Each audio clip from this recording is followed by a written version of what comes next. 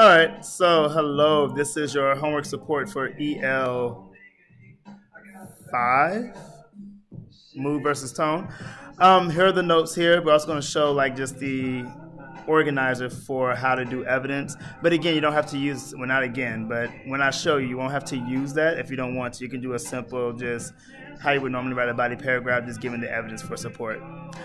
Today, we talked about tone and mood and just recognizing that we've used tone for stanzas only. Mood is now the entire poem, and I want to know how you feel.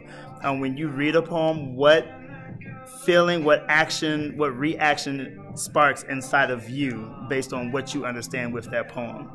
And usually there's only one mood. Everyone would probably have the same reaction or the same feeling based on that. In your tone list or on your tone list, you should change a few things. So a few words that you will have that you can also put as mood. And we had everybody kind of like make a symbol above their tone list, like whether it was a star, a heart, a triangle, and put like triangle equals mood. And I will put a triangle next to all of these words in our positive category. Put a triangle next to all these words in our neutral. And then put a triangle next to all of these in our negative category. From there, just talking about what we did today, this would be a move that people would have based on reading Merry-Go-Round from Langston Hughes.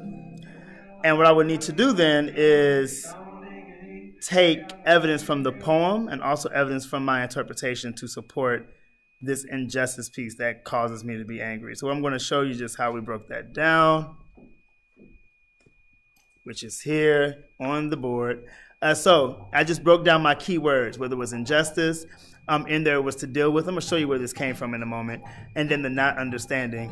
This is 7C, so just get a few ideas. They went in and found evidence to kind of prove what in that poem stood out as something being unjust or showing that there was no equality. The fact of what in here in that poem shows that this individual, black people, are dealing with the injustice. And then showing that the black people, and this one is the strongest one here from Devanya, how we don't understand why people treat us so unfairly. To go back to kind of show you that poem so you know where it came from, I'm gonna go back a bit, which is okay, so you can feel like you were there if you were not.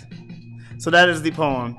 And so when you are going into your work today, so if you decide to do the EL5 practice for homework, you'll use a phenomenal woman, and what you're going to do is go in there and find me 2 pieces of evidence to support the feeling that you get after reading that.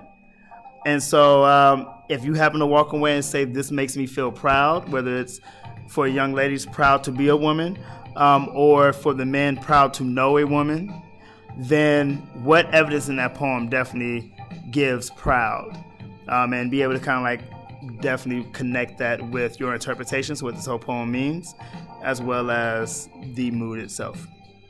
So yeah, remember, if you have to do revisions for that pop quiz, maybe this would not be what you're doing, but if you happen to do this, that's pretty much it. So here are your notes. That was the model that I showed you.